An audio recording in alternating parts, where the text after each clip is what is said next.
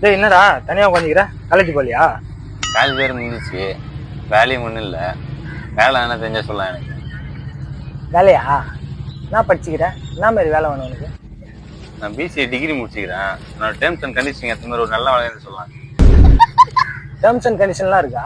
அப்படி என்ன வேலை வேணும் உனக்கு? என்ன வேலைக்கு போகணும், ஆனால் உடம்பு வலிக்கக்கூடாது. உட்காந்த இடத்துல வேலை, காசு வந்துகிட்டே இருக்கணும், காசு பார்த்துக்கிட்டே இருக்கணும். ஓ, உங்களுக்கு உடம்பு வலிக்கூடாது, ஆனால் இன்கம் மட்டும் வந்துட்டே இருக்கணும்.